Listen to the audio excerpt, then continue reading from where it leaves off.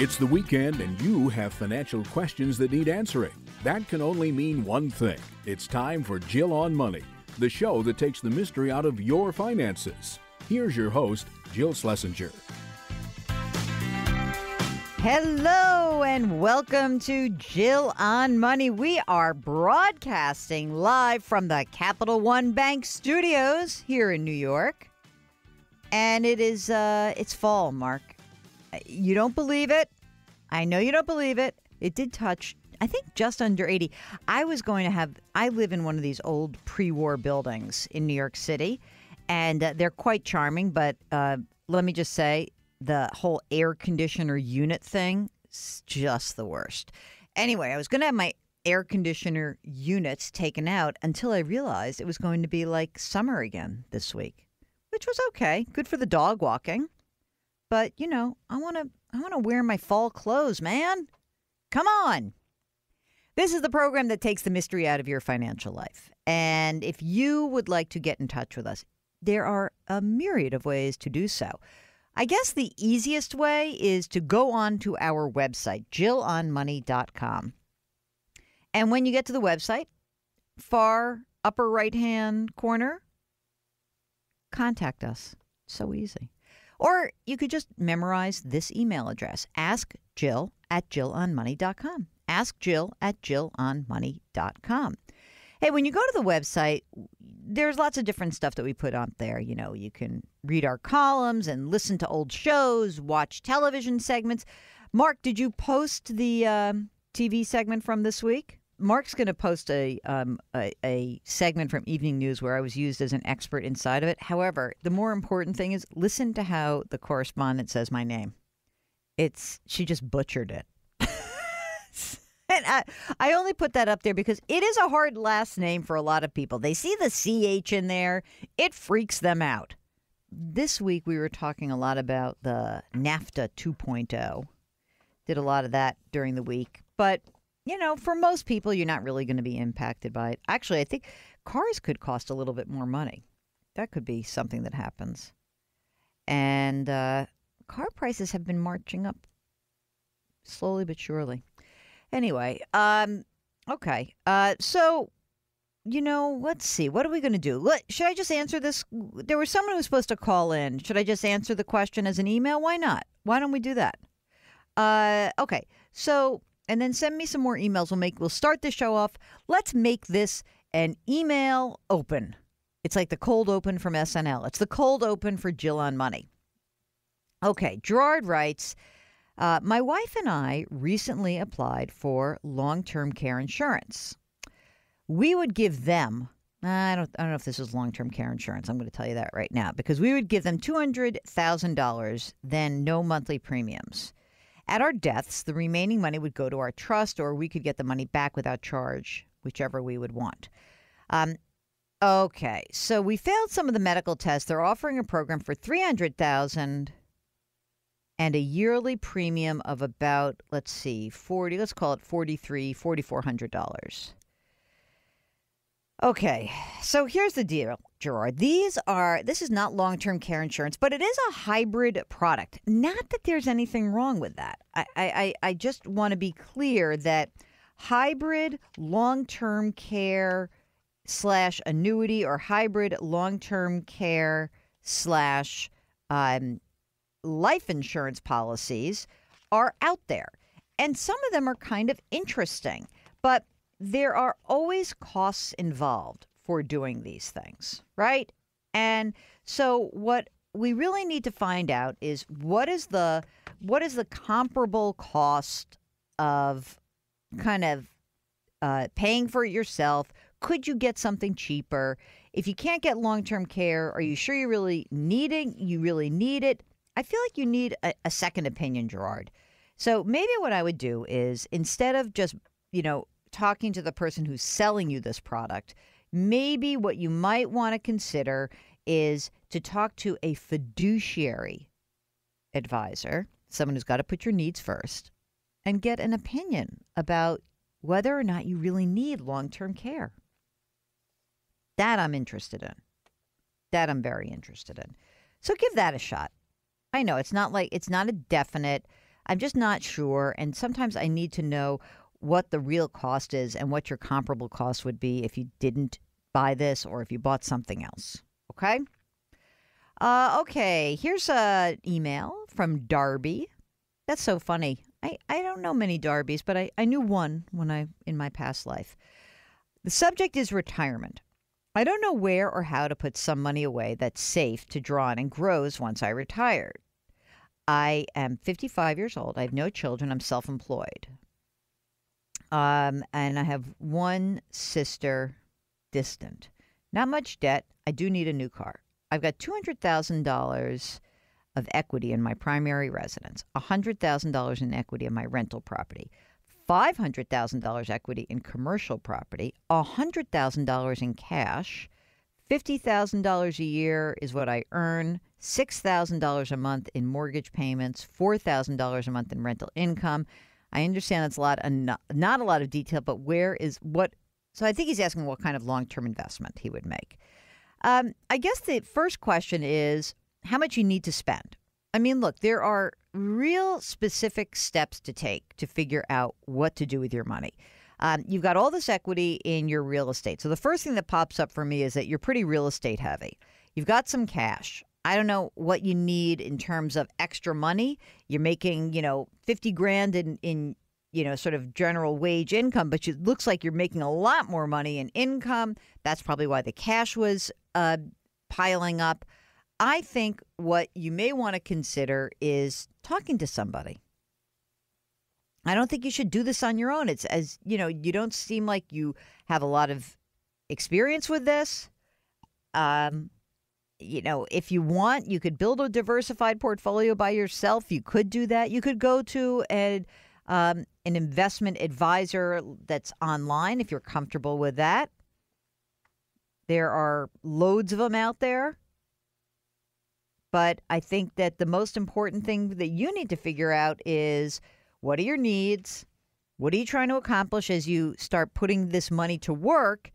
And then what is the best allocation for me? I don't know what your needs are. Maybe this cash is unnecessary. Maybe you're building up 100 grand in cash every single year. I don't know. But some portfolio where there's some cash, some bonds, some stocks, I'm talking about mutual funds or index funds, is probably the direction you'd want to go in. But I need more information. I'm sorry. What a pain in the neck I am, Mark. Right? Gosh. I know. I really am. Okay. I'm going to wait to do this one. Let's do this one after the break. By the way, I got this bank rate study. I found it kind of interesting. What keeps Americans up at night? Okay. Bankrate asked, which of the following things, if any, do you occasionally lose sleep over? Number one, relationships. 41% of people say their relationships keep them up at night. Number two, money. 36%. Is your money keeping you up at night? Well, we want to hear from you. It's Jill on Money. Just send us your questions and let's let you get a good night's sleep. Ask Jill at jillonmoney.com. We'll be right back.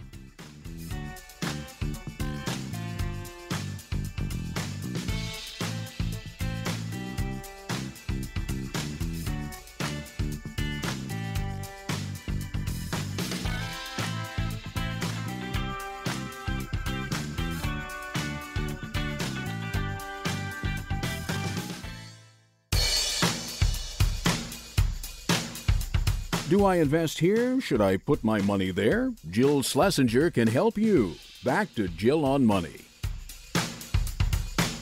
You're back with Jill on Money. And we needed to clean out the email box because here I am talking to you about this. And I see, Mark, that we're only in the beginning of September from these emails that you're forwarding to me. Now, some of them we have answered already. And if you may even hear your question on a local radio station, because we're now using questions for my daily Jill on Money minutes on various radio stations around the country. That's how inundated we are. Don't stop sending them. Don't stop. But it's just been amazing. And you guys are great. So if you do have a question, ask Jill at jillonmoney.com. That is our email address. So let's try to get through some of these. Deborah writes that she's got 2 equity lines, about $20,000 each.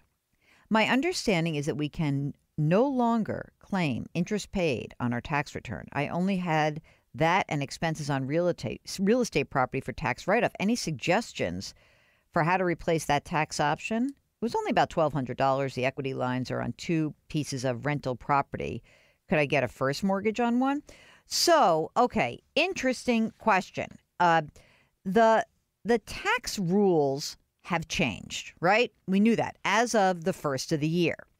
And I want to be clear because mortgage debt is a bit misunderstood right now in terms of what it actually how it actually has changed.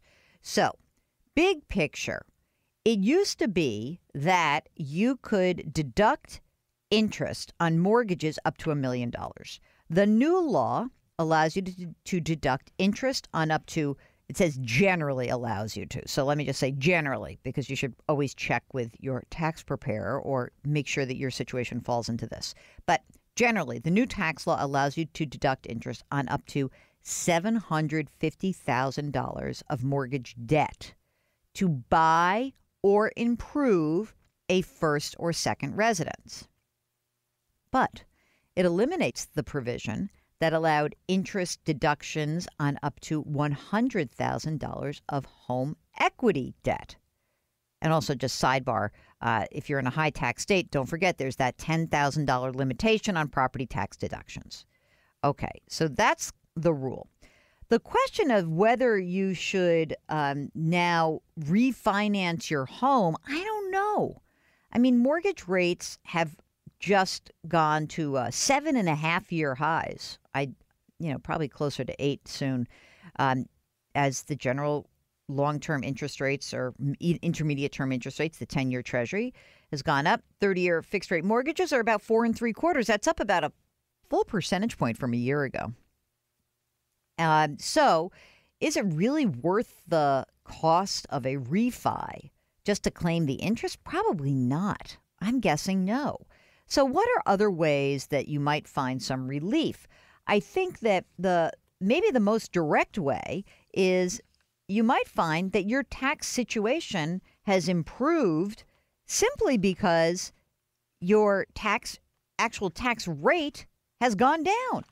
So before you start freaking out about the worries about losing a deduction here and there, maybe your rate's lower. Maybe you're now in what I call the walloping tax bracket of 24%. That's if you're married filing jointly, 165 to 315. If you're single, it's 82.5 to 157.5. That's a very big tax bracket. That if you fall into that. And rates have generally gone down. Also, maybe you are, I mean, again, I don't know in terms of, you should really check for rental property, but maybe there's something you can do with your rental property that would help your tax situation. Maybe you're going to claim the standard deduction now, and you wouldn't have been able to itemize anyway and deduct some of that stuff. I don't know. But there's a lot of pieces to this. Many people have been lamenting the things they've lost in the tax bill, but maybe there's something that you gained. Anyway, and again, there's so many pieces to a tax question that I can't possibly really comment on, your specific case, but I would talk to your tax planner. Here's another tax question. My husband and I are both working, and every year we basically owe $3,000 to $7,000 in taxes.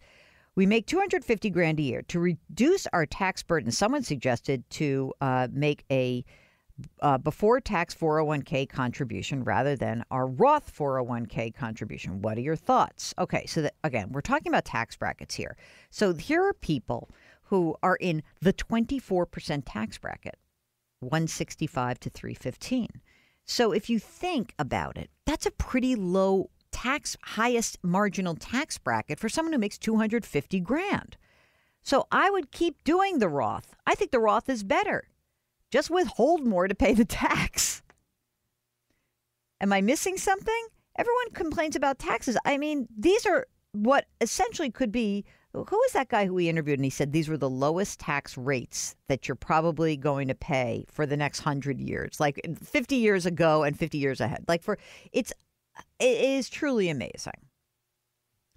Here's a question from Kevin about REITs, real estate investment trust. Would a 10% investment in REITs be a fair amount of exposure for a portfolio of $1 million? Yeah, 10%'s okay. REITs are okay. They're fine. I mean, I'd be careful. It's not a perfect hedge. A lot of people use that as an inflation hedge. Not perfect. I don't know if it's an equity REIT or an income REIT. So send me a follow-up. I want to know what kind of REIT you're considering.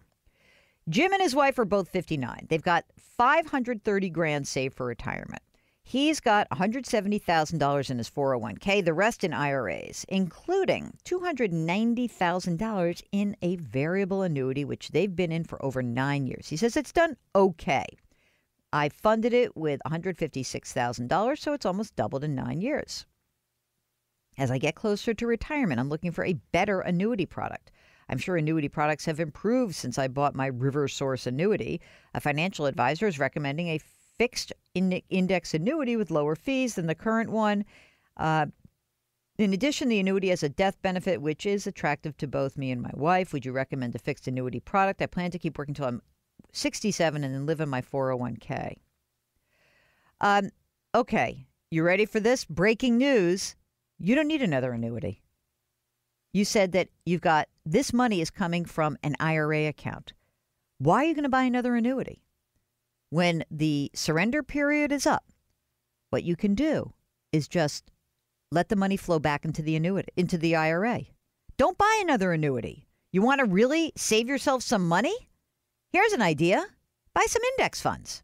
I bet your Ameriprise broker is not going to tell you to do that, but I am. So that is, I think, the best way to really save money. And for a lot of people, they don't realize it, but the money that the source of the annuity funds is really important in a way to, as you determine what to do next. So if the source of the funds is a retirement account, that's great news, because it means all you have to do is you say, okay, all my fees are up. I'm done with this. You simply let the annuity company know, the insurance company know, okay, I'm not going to renew it. I'm not doing anything. All of the money will flow directly into the IRA account. And from that point, you can do anything you want. And hopefully what you do is you just buy some index funds. And if your broker suggests that you buy another annuity, I would say go find somebody who is a fiduciary. Go find somebody who is a fee-only planner. Go find somebody who's going to put your best interest first. I don't see why you need an annuity. I think you're going to be far better off just basically letting the money go back into that account. So funny when people say, like, the money doubled. Well, I promise you one thing. Had the money been in index funds during the exact same time horizon, you would have done better, simply because of the fees. Okay, you are listening to Jill on Money, live from the Capital One Bank studios. And if you've got a financial question, we'd love to hear from you. Ask Jill at JillOnMoney.com. We'll be right back.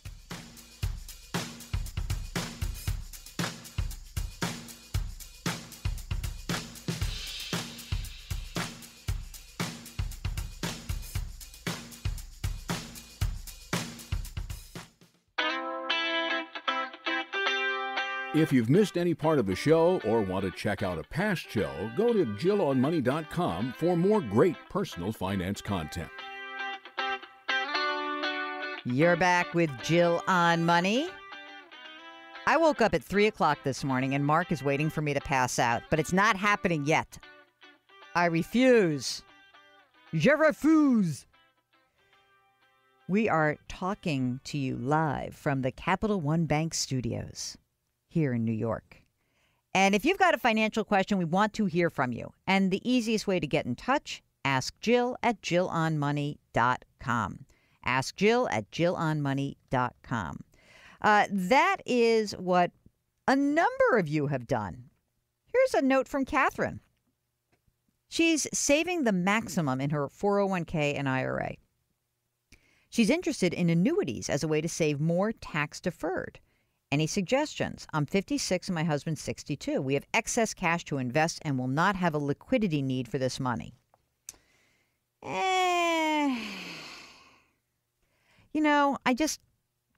Mark, what am I going to say to this? I wonder if everyone is so compulsive about their tax deferral that they are almost oversaving in these accounts. That's what our one of our favorite guests, Ed Slott, has said. He is very concerned that people are not. It's like, we want you to save for retirement, but, is there any way for you and your husband to do a backdoor Roth? That would be a far preferable idea than to do an annuity. Is it possible that you and your husband could save some money up in a non-qualified account, or do you already have that? I mean, annuities are expensive, and if you're both maxing out these 401ks and your IRAs, I just wonder whether or not you really need annuities. So I'm going to leave it as, I need some more information. Please let me know. I'm certainly happy to help you out once I get a little bit more information about you. Okay, so here's a note from Phil that said that he heard me say that one should save tax returns for 7 years just to be safe. Some people say 3, some say 6, and there's like that 7th year, which is highly unlikely, but why not? It doesn't matter. Phil's question, do I have to keep the tax forms and the backup as well? Yes. Because if you get audited, you need the backup. That's the worst part. I know. It's terrible. Here's another question about bonds and annuities. Are secured annuities a safe investment? Should I move money from bonds to secured annuities? I don't really know what secured annuities are, but the answer is no in general. Like, I don't know why you would move from, in this environment, I'm not exactly sure why you would ever want to move into an annuity unless it would have to be a special circumstance. So I'm going to say generally, no. Here's a question. Let's see. I have $600,000 in my 401k. I'm planning to pay off my mortgage on my house. I owe about $350,000. Are you insane? You cannot do that.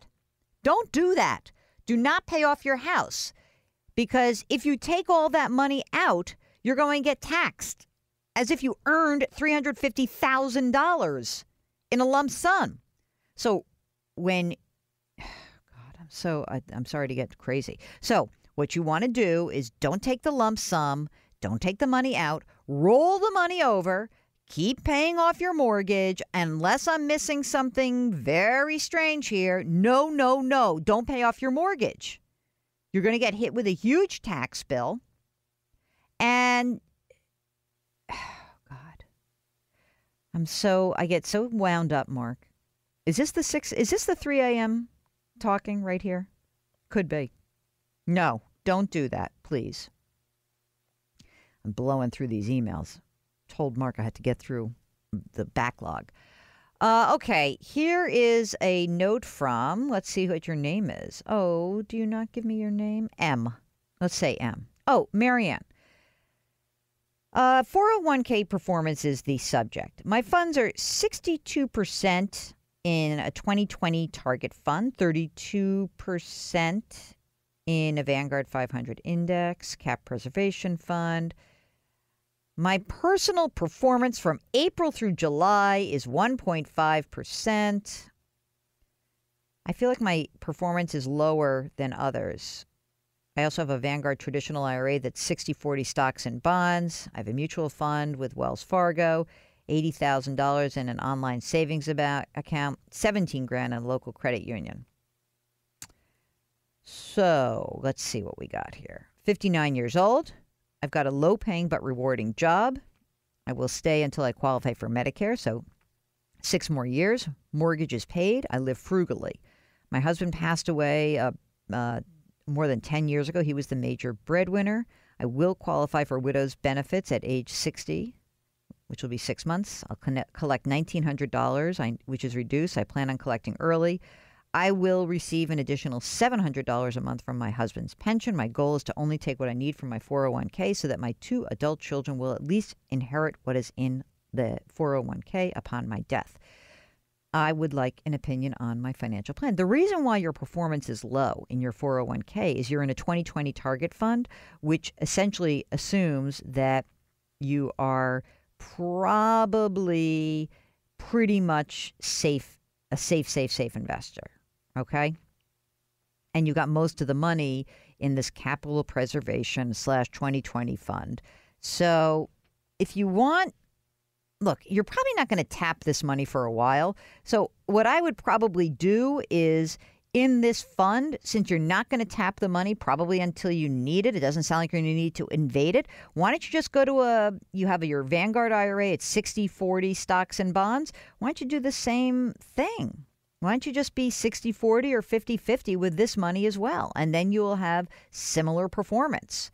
You know, the reason to take the 2020 fund approach is that, you know, you don't do all of this other stuff in terms of like how you're going to manage your money. You know, you would just use that one fund, but you're not even going to need this money. So I don't think that you should be too nutty. Okay? I think you should just keep it 50-50, 60-40, maybe not even use the 2020 fund. If I'm missing something, let me know. All right, you are listening to Jill on Money. You're not missing anything. We're live from the Capital One Bank studios here in New York, and we want to hear from you. Ask Jill at jillonmoney.com. That is our address. During the break, go check out our website, jillonmoney.com, and register for our free weekly newsletter. We'll be right back.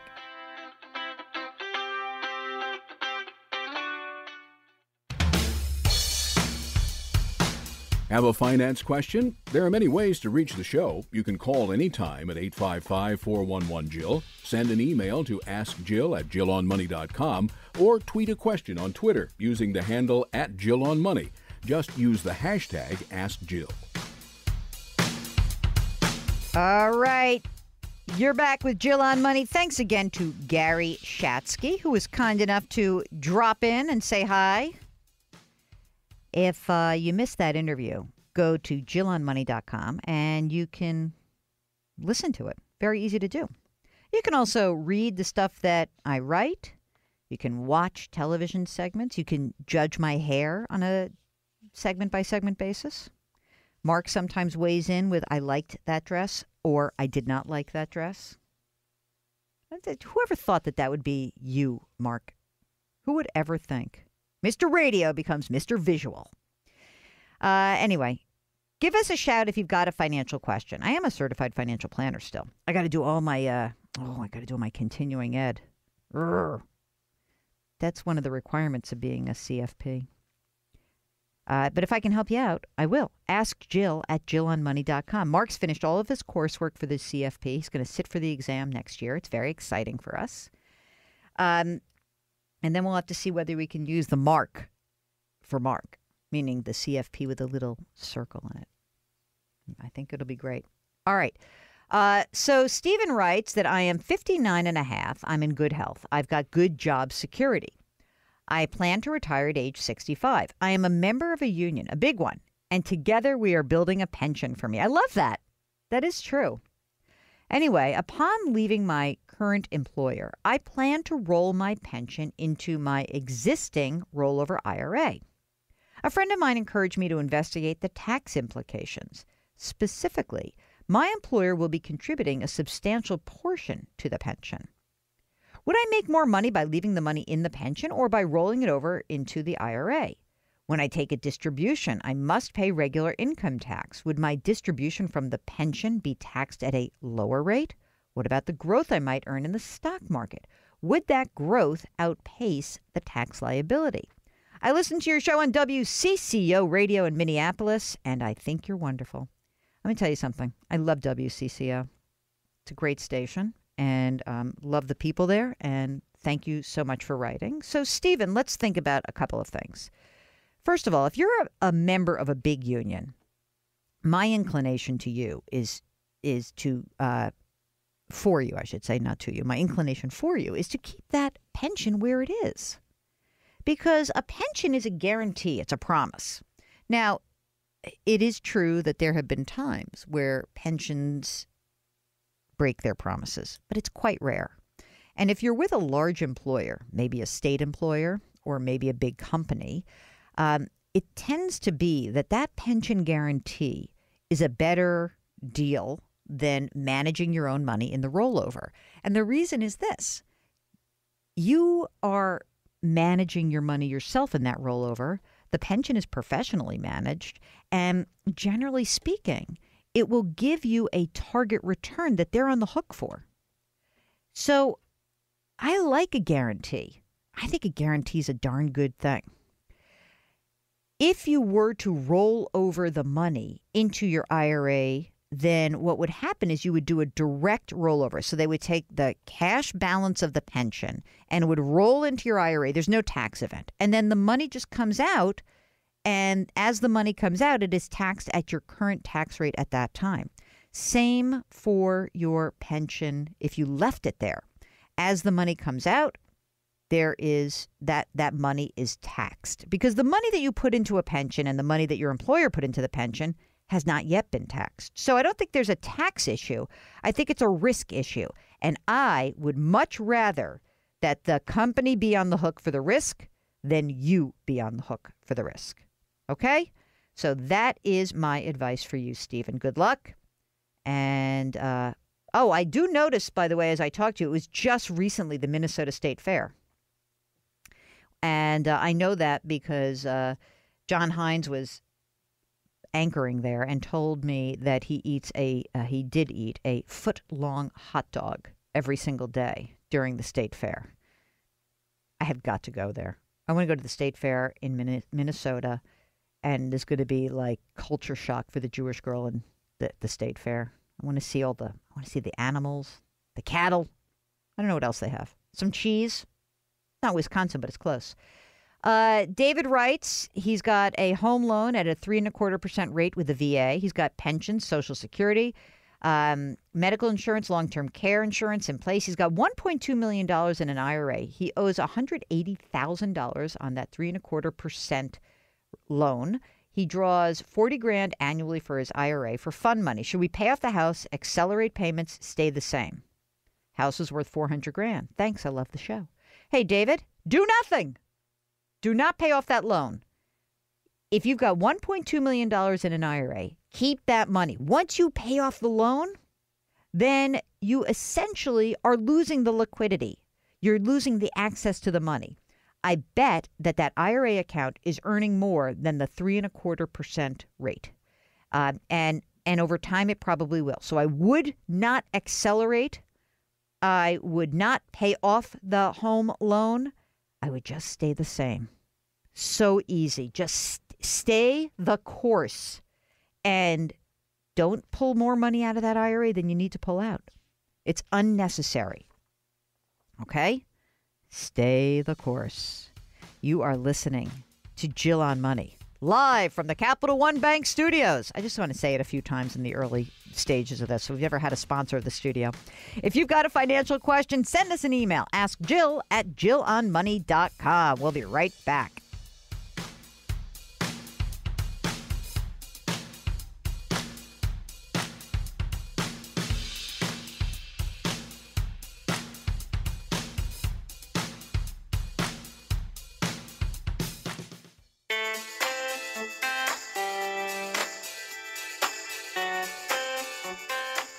You're back with Jill on Money. If you've got a financial question, we would love to hear from you. Very easy. All you have to do is send us an email. Ask Jill at jillonmoney.com. Paul says that his daughter needs to borrow some money for college. What's the best place to do this? Hello, the government. That's where. That's going to be your cheapest, best option. What's the website, Mark? Studentloan.gov? Something like that. I've forgotten it right now. I want to get to this other question before we finish this segment up. But Mark's going to look up the exact website. myfedloan.org. Is that the best place? I think so. Check it out. But anyway, use the federal system. Okay. Steve writes he wants a tax-deferred free college account for 2 young students, but he wants an account he can trade in, like his personal IRA. He says 529 plans, great. Coverdell accounts, great. But I saw nothing about active trading in these accounts. I think you're nuts to be actively trading in these accounts. But presuming that that is something that you are interested in, I went to one of my go-to resources called savingforcollege.com. And it looks to me like there are different fund accounts here. One is at E-Trade, and it says it's a discount brokerage account. Schwab looks like it has a discount brokerage account. And Trade King has a discount brokerage account. So if you want to trade in there. Oh, and so does TD Ameritrade. And most of these folks don't have here education savings account. They have a Coverdell. I'm looking at the TD Ameritrade account just for fun. And I'm looking at the Coverdell accounts. The maximum contribution is $2,000 a year. You can open an account, and I'm just going to click on open a new account and see what happens. You should do this too. And I think you can do it. Yeah, rock and roll. So, but could you be careful? Do you really need to actively trade the account? Seems a little bit over the top. Okay, that's it. That's the first hour of the program. If you've got a financial question, hop on to that website right now, JillOnMoney.com. There's a box in the corner. It says contact us. Contact us, and we will be happy to answer your questions. It's Jill on Money, and we will be right back.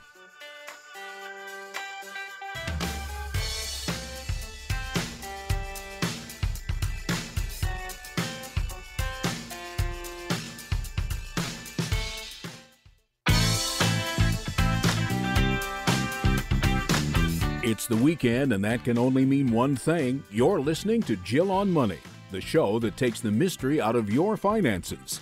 Here's your host, Jill Schlesinger. Well, it is hour number 2 of the Jill on Money show. Welcome to October.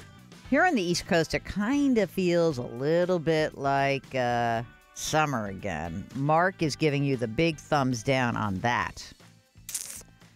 Okay. Every so often, I love reading these weirdo books where you have an author who is pretty much like a hard-charging financial dude or dudette, and they take a step off of that corporate treadmill. This guy, his name is Ben Fetter, our guest. He is a business executive. He's an investor, and he now is back at work. He's a senior executive at Tencent. That's the Chinese global conglomerate. It owns WeChat, and it's a huge company. He was also the CEO of Take-Two Interactive. That's the publisher of Grand Theft Auto. The thing is, he's doing this whole investment gig. He's at Take-Two. Things are going well. And then all of a sudden, he has like a moment. And it's not a moment where like, oh, I had a heart attack and I had an awakening. But he did have a bit of an awakening in terms of what he really thought he wanted to do at this point in his life. And he and his wife made a pretty wild decision. Of course, most of us don't have the opportunity to make these kinds of decisions, right? We can't just be like, you know what? I'm going to just bail on my life and I'm going to go to Bali. And I'm going to figure out what I need to do to make my life a little bit more serene, be a little more centered with myself, and be a better person. That said, the story's kind of cool. So I present to you a pretty cool and interesting story, one that probably most of us won't be able to do ourselves, but maybe you take some little pieces of it for yourself. Here is our interview with Ben Fetter, author of Take Off Your Shoes, One Man's Journey from the Boardroom to Bali and Back. Tell us a little bit about where you found yourself, and you thought this was going to be sort of a short-term, I'm going to fix this thing and get out. So talk about that a little bit.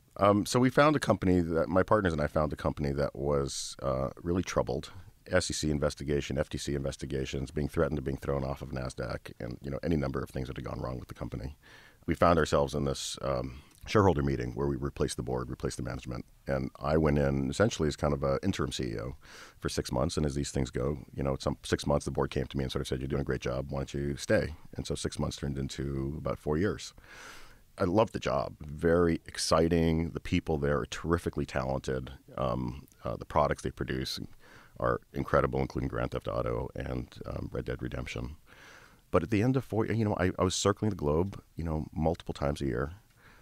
And I realized one day I walked in to my apartment and my eldest son, who was in 8th grade at the time, was barricaded inside his room doing his homework. And he was a very serious student. He was just like sequestered there on his own.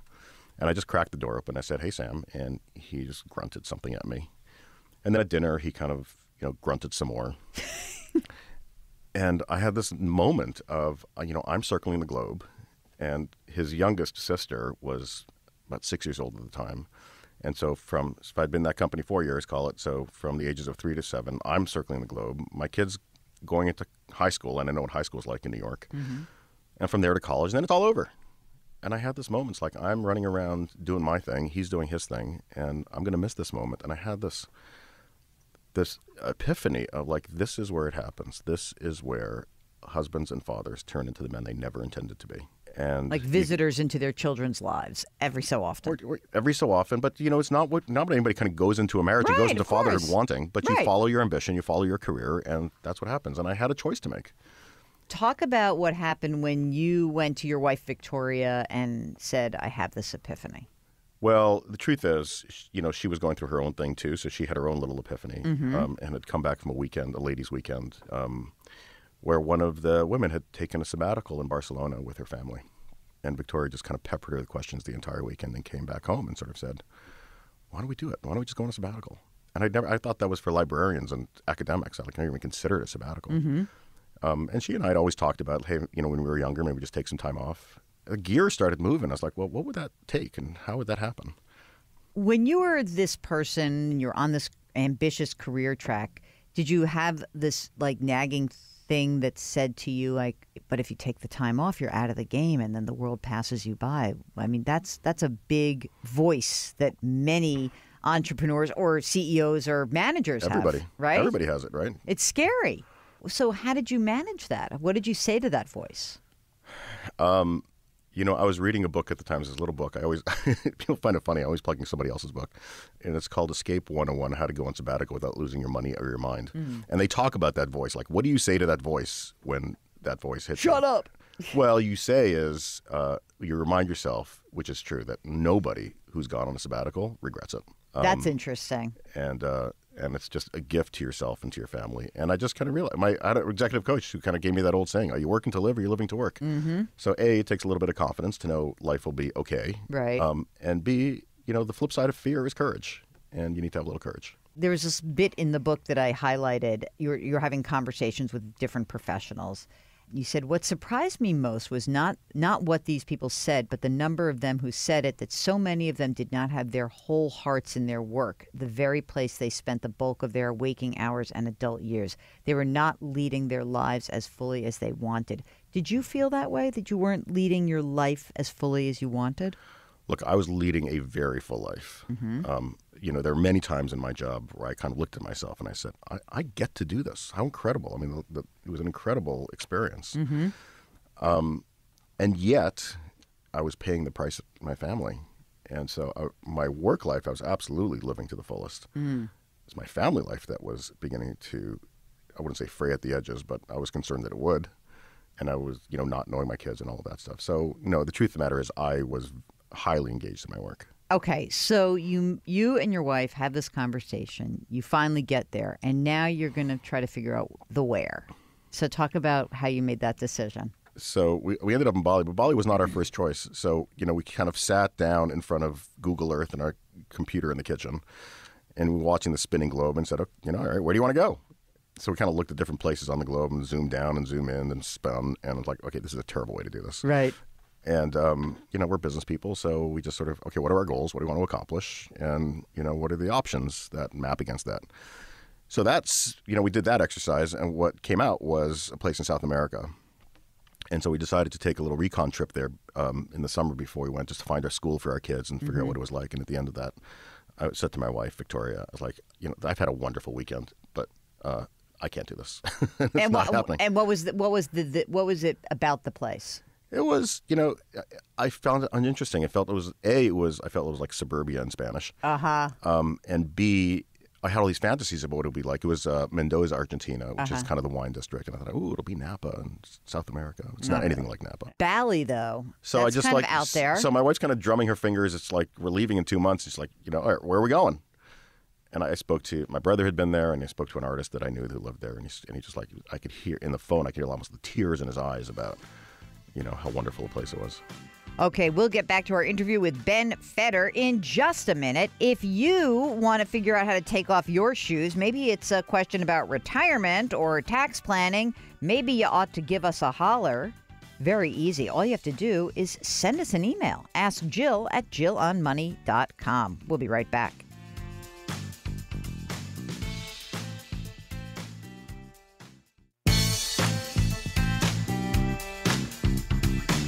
Back to Jill on Money, where Jill Schlesinger helps you take the mystery out of your finances.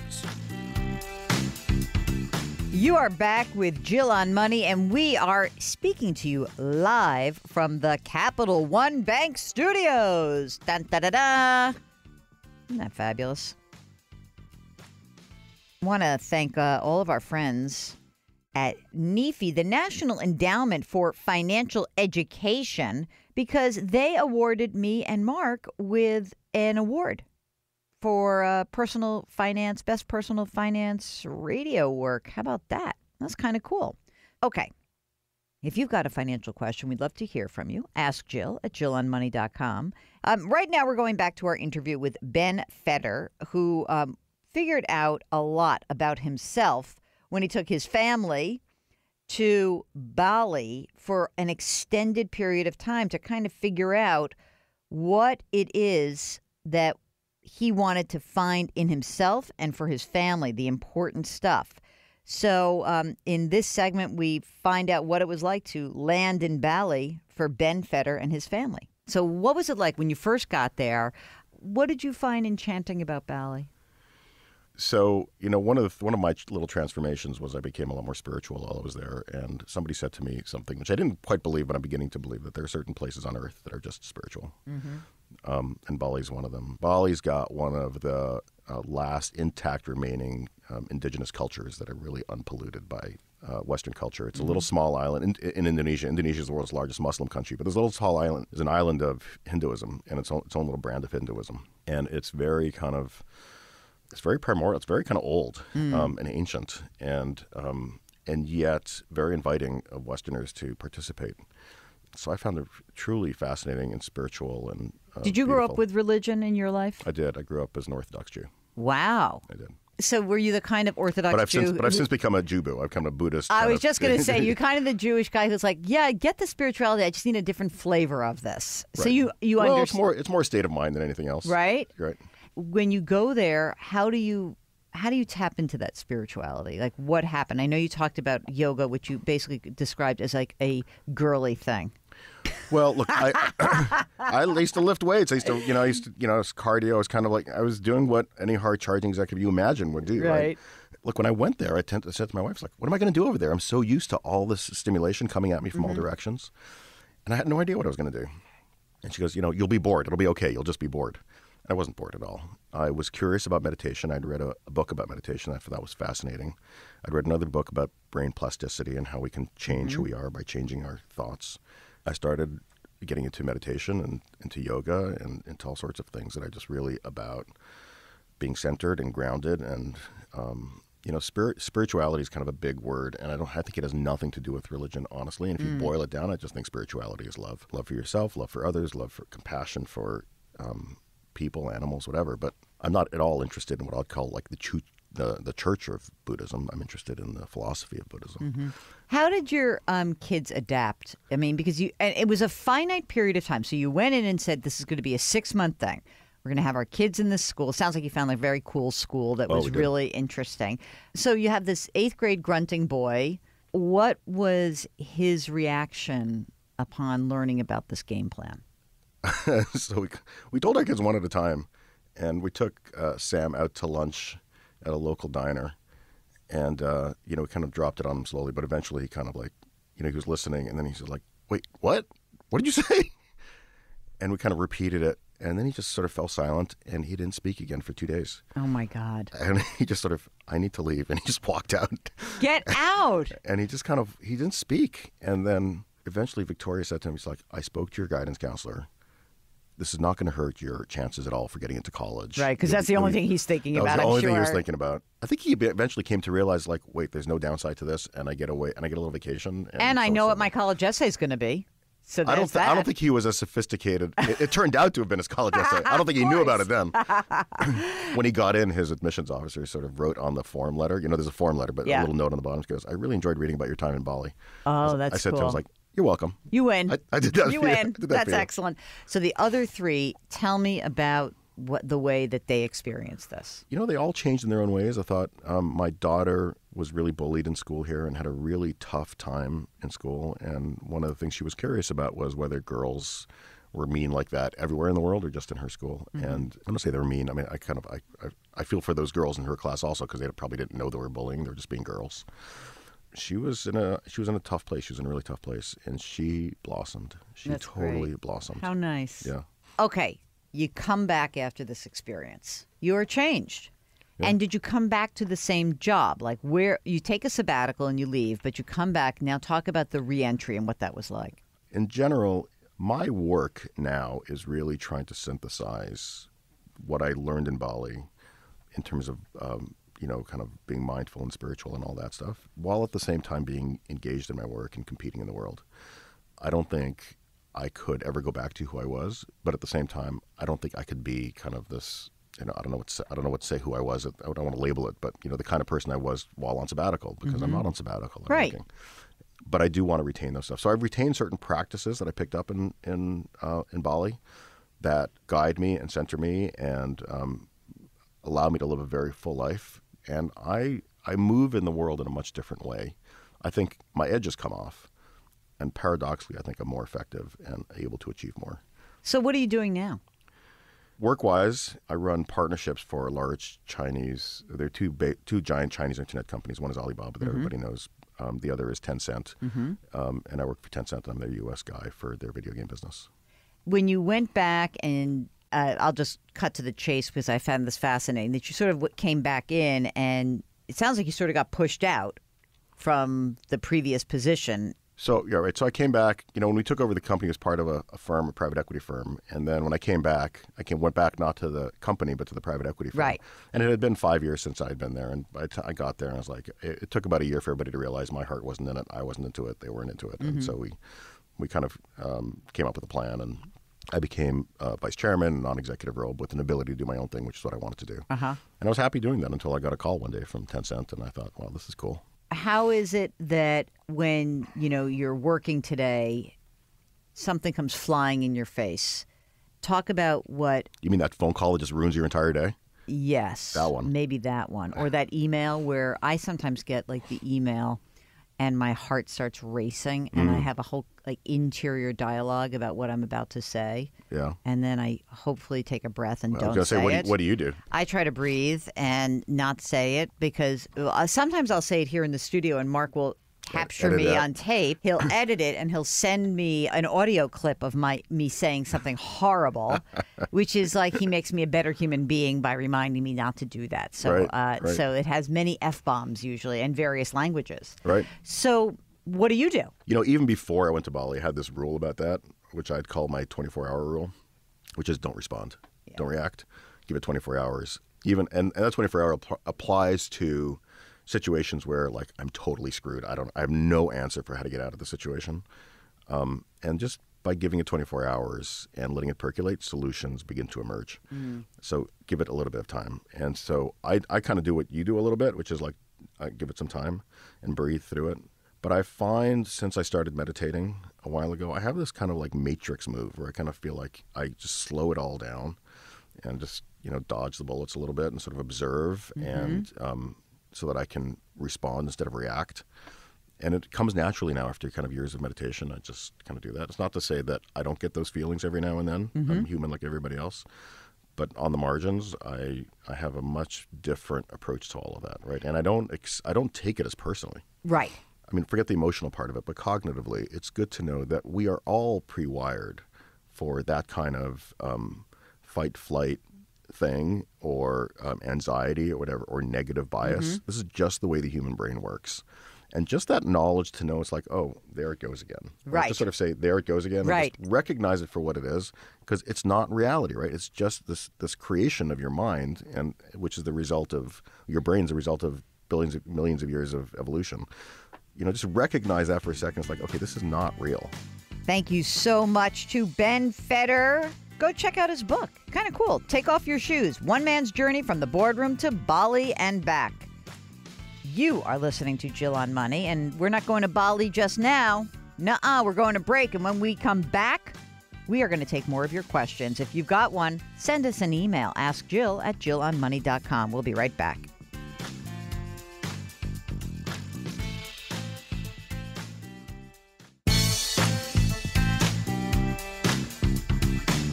Back to Jill on Money, where Jill Schlesinger helps you take the mystery out of your finances. You're back with Jill on Money. Do you have a financial question? Have you been thinking about this? Have you been wondering about something niggling at you? Guess what? We would love to hear from you. Our email address is askjill@jillonmoney.com. That is what Ken did. He sent me an email, and he said he was hoping that I could shed some light on a couple of questions he's been struggling with relating to retirement spousal benefits. He and his wife are in their mid-60s. They're in good health. They hope to retire soon, sell their home, and move into a 55-plus community in Delaware. They live in New Jersey now, so high-tax state. So let's see. His wife's going to be 66. He's 64. Planning on working for another year or two. So he makes $100,000 a year. His wife makes $50,000. Most of their $800,000 in retirement savings are in 401k accounts. He will be getting a $1,400 a month pension beginning in 2019, and he'll have an annuity also in the beginning of 19. Neither is filed for Social Security benefits at this time. Their benefits are pretty good, actually. At their full retirement ages, it looks like they'll have about $4,000 a month.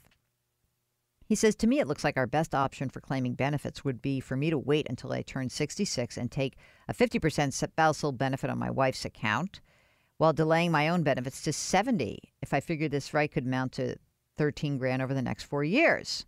Knowing that there would be a decrease in loss of benefits, I think I may want to claim my spousal benefits this November at age 65 to possibly help us increase our cash savings in buying a new home. Can you figure out what our combined Social Security benefits would be if I were to begin my special benefit a year early? No, this is, you know what? This is a question for a financial planner. I can't do this. I mean, I'm saying that like I'm worried because I sound more perturbed than I am. This is an interesting question, okay? So my advice is that someone's got to crunch these numbers, and I think you're probably right, but I'm also thinking that I'm not sure, why do you need, if you've got this house, what money are you going to need? Oh, maybe because you have to want to buy a newly built home.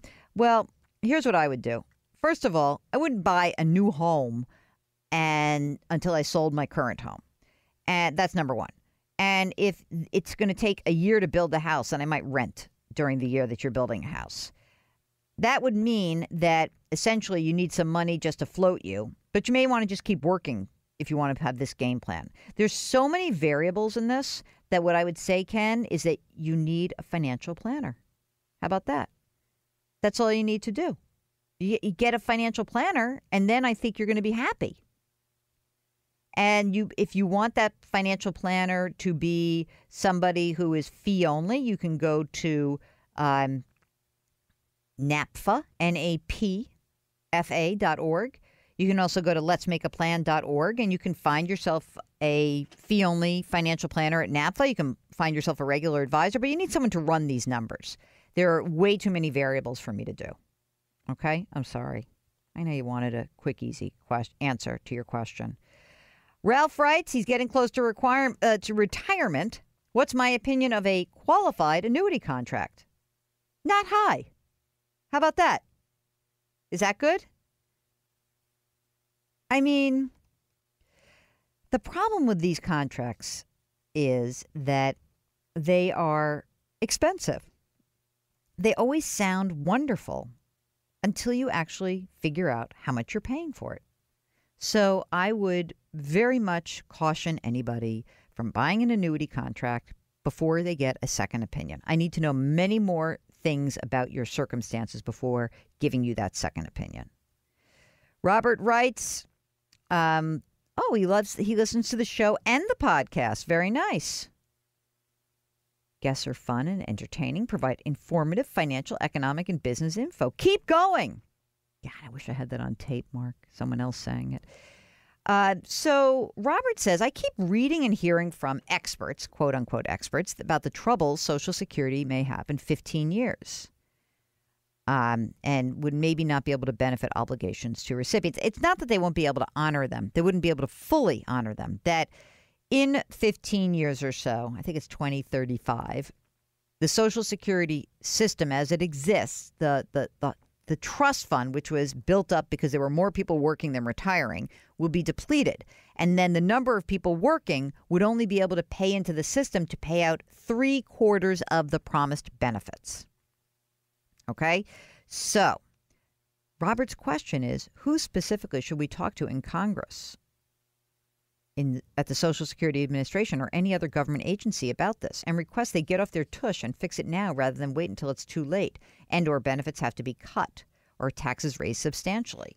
Do you have a specific name of someone in government to contact about this? Robert is from both Houston and Galveston. So first what I would do is I would look at who your senators are. Ted Cruz, John Cornyn. I might write them letters. I also would find out who your representative is and write letters.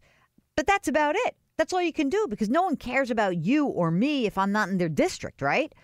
But, I guess the other piece of good news, Robert, is that this is going to get taken care of. Many people don't believe that. It is going to get taken care of. And the reason I know that is that people who have Social Security benefits coming to them, those people want those benefits. And in most cases, these people actually vote. And so to not have these folks vote for you is very bad. So somebody is going to have to fix this problem. It's going to become clearer and clearer what has to happen. Okay? So I think it's a great question, though. And I'm glad you asked it. But I think writing is a great thing. But they all know what the problem is. They don't want to deal with it. They just don't want to deal with it. It's sad, but true. All right. You are listening to the Jill on Money Show. Hey, we've got a ton of resources on the website at jillonmoney.com, including links to Social Security, how to manage your account online, a Social Security estimator, and also this link to a cool service called ES Planner, which helps individuals do some retirement planning. It's very cool stuff. All right. If you've got a financial question, give us a holler. Ask Jill at jillonmoney.com. We'll be right back.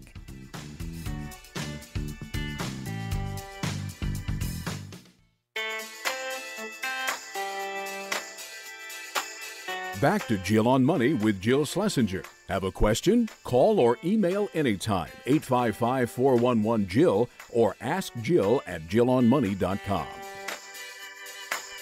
You're back with Jill on Money. If you've got a financial question, we'd love to hear from you. Very easy to do. Send an email. Ask Jill at jillonmoney.com.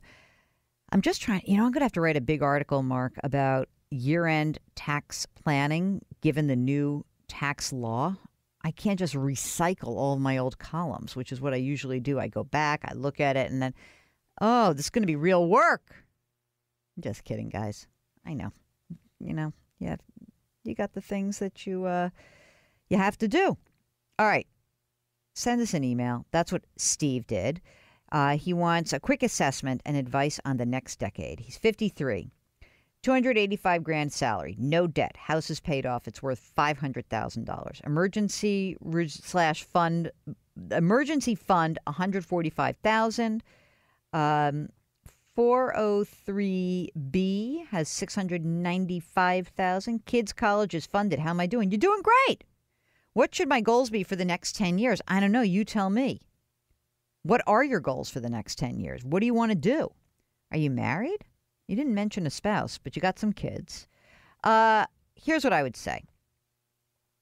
If you are, it looks to me like, you're in great shape. I don't know. You have, if you have a 403B, then you probably work for, maybe you work for a school system. Maybe you work for a college or a nonprofit. Maybe what you would want to do is just keep pumping money in there, and your goal might be if you want to retire earlier, or I don't know what you want to do. The goals are up to you. I can't do the goals for you. Keep saving, rock and roll. I don't know. What do you think?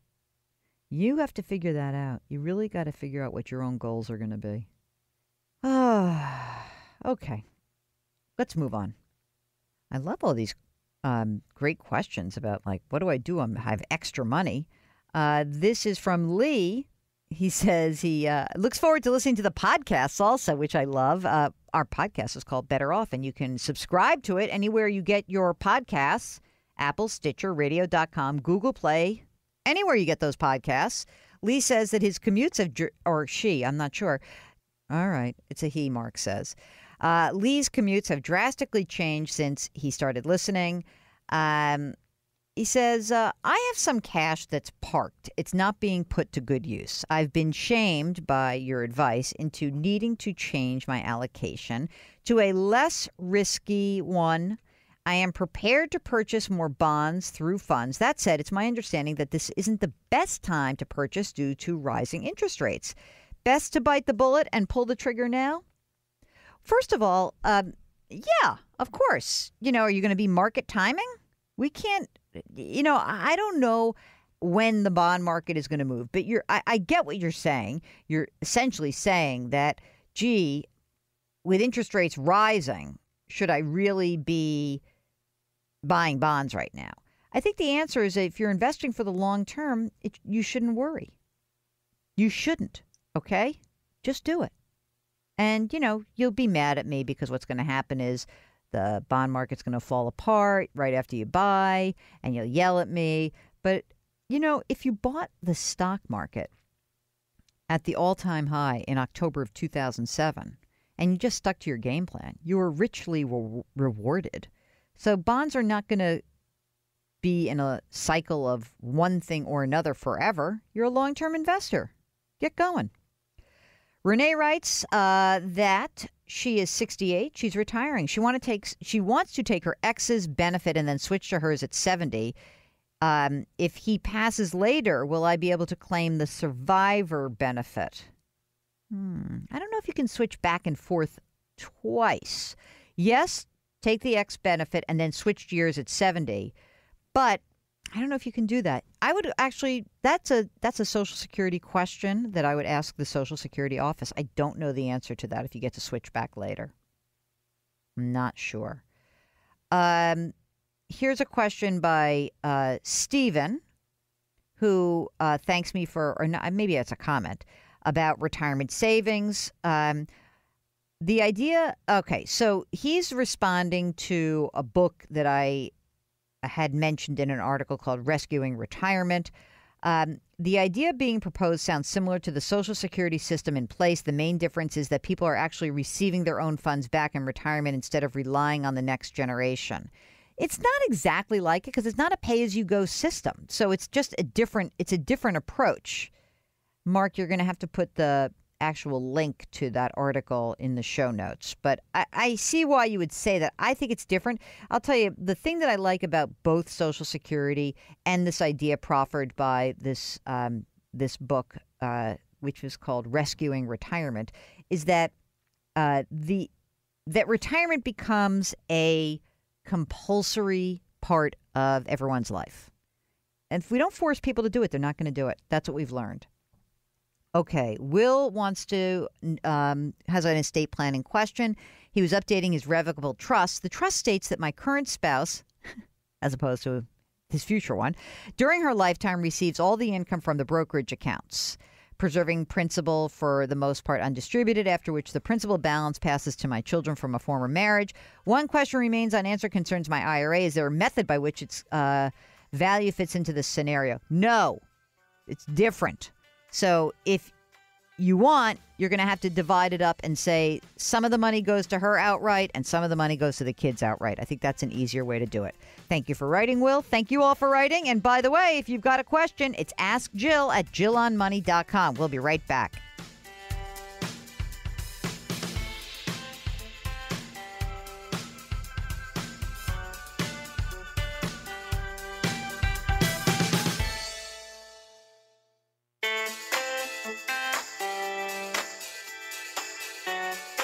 You're back with Jill on Money. If you've got a financial question, why don't you give us a holler? Our email address is askjill at jillonmoney.com. Before we finish up the program, let's get to an email from Jill. Hey, hi, Jill. It's me, Jill, who has a question about bond funds. She has a fund, and this year has seen her principal become depleted. She's lost about $18,000 on paper. I'm afraid it may get worse with interest rates rising. But if it ever does return even close to my original investment amount, and it may not, would it be better to put that money or more money into CDs, which never lose the principal and pay consistent interest? Financial advisors say no. I'd still have that $18,000 if the money had been in CDs. Yeah, I mean, for this year, for sure. I don't know what fund you have, but if it is a longer-term bond fund, then yes, the value has been eroded. The game that you play when you have a bond fund is that when interest rates rise, whatever money you're getting in interest, you make sure that you're reinvesting, and then you're buying in at lower prices so that when the cycle reverses, you've got more money that's working. The answer is that the reason why many financial advisors are reluctant to have CDs is that they are paying such low rates of interest. And right now, I think essentially that the rate of a 2-year CD is lower than the rate of inflation. So it's a guaranteed loss without any way to buy in lower. If it really freaks you out, fine, move to CDs. But don't be switching around later. Just don't do that. Maybe even consider shifting to a different type of bond fund. I don't know. Maybe you have a junk bond fund. I don't know what you have. So, but I'd be careful. Here is a very concerned professional who says she thinks, this is somebody who's in the real estate business, who says that I believe I have a client who is receiving poor advice from her CPA/financial advisor. I suggested she interview others. She's fearful of change. Doing my best not to alarm her and treading lightly. I'm concerned. Any advice? You know what? I think it's always good to say, look, I think we should just bring somebody in. There's no harm talking, and offer to go with her if she wants. Maybe talk to other people in her family. You're being very nice to try to raise the red flag. So I think just trying to involve someone else who can help move this along would be good. Very nice that you write, and very nice of your concern. All right. Very nice of you all for listening. It's been a fantastic show, and we will look forward to seeing you next week. Any questions during the week, send us an email, askjill at jillonmoney.com, and go to the website. We're posting new stuff all the time. It's jillonmoney.com. We'll see you next week.